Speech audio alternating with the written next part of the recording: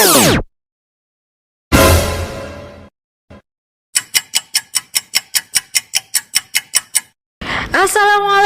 warahmatullahi wabarakatuh. Selamat siang anandaku soleh-soleha semuanya. Apa kabarnya ananda semua di hari ini? Alhamdulillah, luar biasa, dahsyat, hebat, semangat, Allahu Akbar. Iya, soleh-soleha, bagaimana kemarin video di hari Seninnya tentang temukan impian dan cita-citamu? Seru bukan? Pastinya dong soleh-soleha. Pokoknya yang belum nonton wajib nonton dan rugi banget deh ya kalau gak nonton. Ya itu dia soleh-soleha, video tentang temukan impian dan cita-citamu. Pastinya soleh-soleha semuanya hari ini sudah punya impian-impian yang besar ya, dan cita-cita yang luar biasa. Nah, berani doakan semoga impian dan cita-cita soleh-soleha semuanya Allah kabulkan ya soleh-soleha, amin. Nah, makanya dari hari ini ya soleh-soleha tekadkan dalam hati kita masing-masing bahwa kita semuanya harus lebih baik ya, baik dalam ibadahnya, belajarnya, juga berbakti kepada kedua orang tuanya ya soleh-soleha. Nah, kemarin ya ada kata baru. Ketika Bu Guru bilang apa kabarnya hari ini, maka jawabnya alhamdulillah, luar biasa, dahsyat, ajaib. Iya, itu tadi soleh-soleha kata barunya ya. Mau jadi anak ajaib? Tentu saja ya. Nah, anak ajaib itu bukan anak yang bisa menghilang begitu saja ya soleh-soleha. Nah, bukan. Tapi anak ajaib adalah anak yang selalu ditolong oleh Allah. Nah, tentu saja ya, anak yang selalu ditolong oleh Allah itu anak yang hebat, anak yang keren-keren. Sholatnya tidak pernah bolong, selalu tepat waktu dan disiplin tentunya. Baik soleh-soleha, insya Allah ya hari ini kita akan belajar tentang perjuangan melawan penjajah. Soleh-soleha semangat melawan penjajah tentunya ya. Hari ini kita berjuang melawan hawa nafsu juga tentunya ya, dari kemalasan kita sendiri. Baik, soleh-soleha, Bu Rani di sini akan bercerita sedikit tentang bangsa asing yang pertama kali datang ke negara kita ya. Jadi bangsa Eropa yang pertama kali datang ke negara Indonesia yaitu adalah bangsa Portugis soleh-soleha di Maluku. Kemudian dilanjut oleh bangsa Spanyol yang juga sama ya, mendarat di daerah yang sama yaitu di Maluku. Dan disusul oleh bangsa Belanda yang datang di wilayah Banten. Nah, Belanda adalah negara yang paling lama menjajah negara kita ya. Sampai tercatat ya, sejarah menyebutkan bangsa Belanda menjajah negara kita itu sekitar 350 tahun. Wow, lama banget gak soleh-soleha? Wah, lama banget ya tentunya. Nah, soleh-soleha, berkat perjuangan masyarakat Indonesia ya, kegigihan para pahlawan kita, tentu saja kita bisa mengusir para penjajah ini dari negara kita, terutama Belanda. Baik soleh-soleha, pada masa kepemimpinan Johannes van den Bosch ini ya, Belanda memperkenalkan sistem tanam paksa. Nah, kenapa disebut sistem tanam paksa? Karena waktu itu Belanda memaksa rakyat Indonesia supaya menanam tanaman seperti kopi, lada, cengkeh, tembakau, tebu, dan teh. Waktu itu gak boleh nanam yang lain, harus tanaman-tanaman yang itu saja. Kenapa Belanda sampai memaksa seperti itu? Karena soleh-soleha, pada waktu itu harga jualnya mahal di pasaran dunia. Makanya Belanda memaksa rakyat Indonesia supaya menanam tanaman-tanaman tersebut. Nah, soleh-soleha, perlakuan sewenang-wenang dari Belanda ini ya menimbulkan perlawanan dari rakyat kita Indonesia ya, termasuk juga perlawanan yang dilakukan oleh salah seorang tokoh Belanda.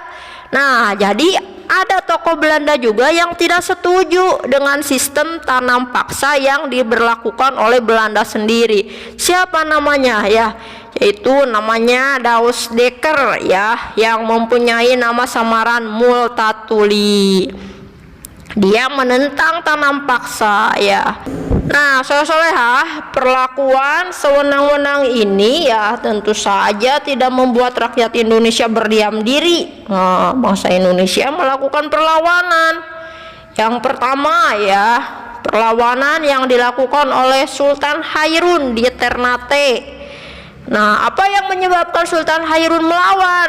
Nah, penyebab perlawanannya adalah yaitu tadi perlakuan semena-mena atau sewenang-wenang, tidak berperi kemanusiaan bangsa Portugis kepada rakyat Ternate, monopoli perdagangan ya.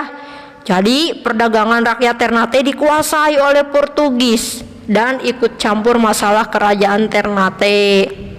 Itu dia soleha penyebab perlawanan yang dilakukan oleh Sultan Hairun.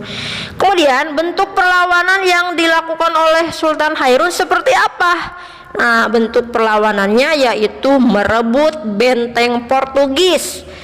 Apakah Sultan Hairun ini berhasil? Tentu saja soleha.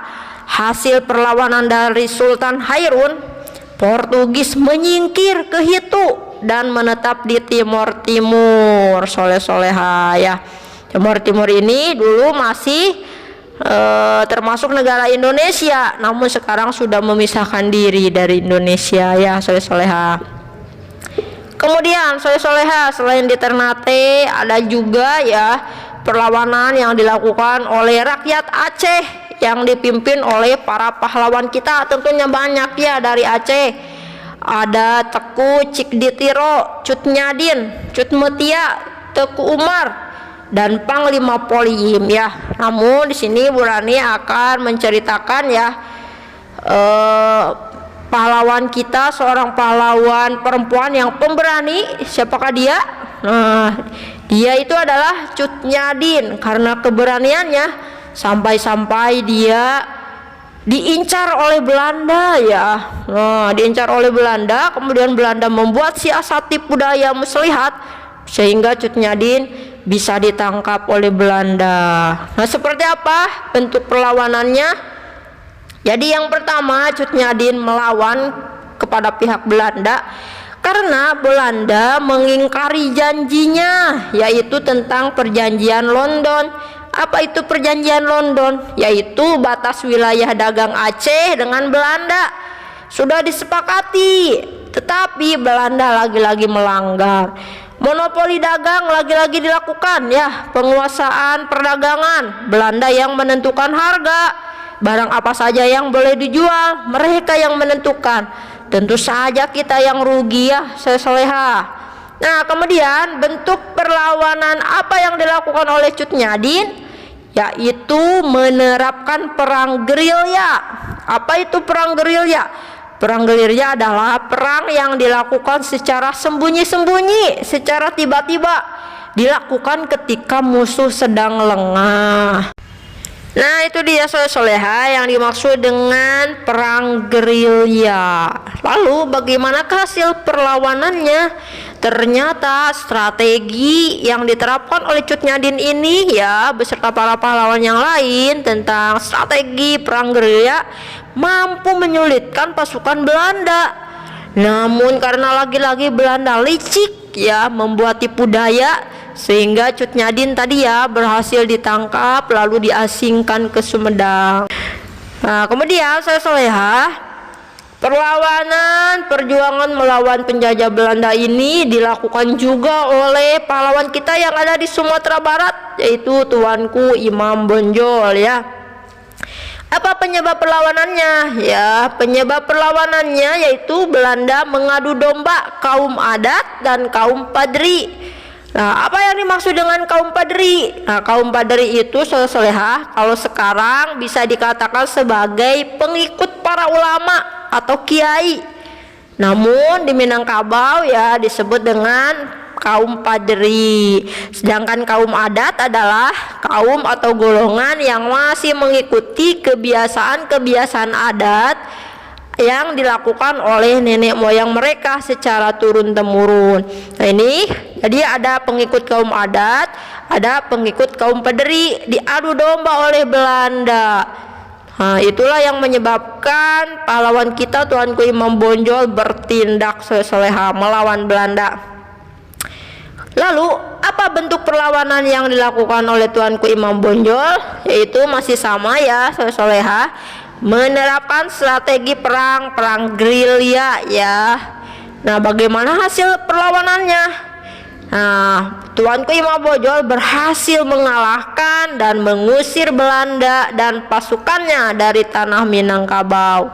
Baik soleha, masih banyak lagi para pahlawan kita ya yang ikut berjuang melawan penjajah, seperti Pangeran Diponegoro dari Yogyakarta, Sultan Hasanuddin dari Makassar, Sulawesi Selatan, yang dijuluki sebagai ayam jantan dari timur karena keberaniannya ya.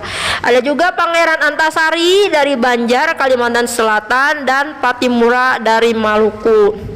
Itulah soleha beberapa ya pahlawan dari tanah air kita yang turut serta melawan para penjajah.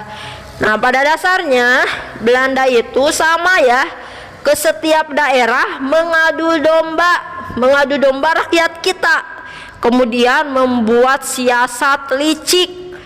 Nah, sehingga bangsa kita lengah ya, seperti yang terjadi sekarang ini soleha. Sebenarnya bangsa Indonesia sekarang itu sedang diadu domba oleh pihak-pihak yang tidak bertanggung jawab. Nah, giliran soleha sekarang ya, jadi generasi seperti pahlawan kita yang gagah berani. Kemudian ya, tentu saja perjuangan kita sekarang ini soleha ya, dengan cita-citanya yang sudah luar biasa, tentu saja ya harus lebih giat lagi belajarnya, lebih disiplin lagi ibadahnya ya, sehingga kita tidak mudah goyah ya oleh tipu daya bangsa-bangsa asing di negara kita. Baik soleha, itu saja ya materi ibu di hari ini. Silakan tugas soleha semuanya ya. Dari beberapa pahlawan tadi, silakan soleha sebutkan 3 saja ya, 3 nama pahlawan. Kemudian yang menyebabkan perlawanan mereka terhadap Belanda, sebutkan apa saja. Kemudian bentuk perlawanannya seperti apa, dan hasil dari perlawanannya bagaimana. Silakan soleha kerjakan di LKS yang sudah disediakan ya. 3 saja soleha, 3 pahlawan saja. Nama pahlawannya siapa, penyebab perlawanannya apa ya, bentuk perlawanannya seperti apa, dan hasil dari perlawanannya bagaimana. Baik soleha, itu saja materi kita di hari ini ya. Jadilah pahlawan-pahlawan generasi mendatang yang tangguh, mandiri, penghafal Quran ya soleha. Itu saja dari ibu hari ini, kurang lebihnya mohon maaf. Wabillahi taufiq wal hidayah. Wassalamualaikum warahmatullahi wabarakatuh.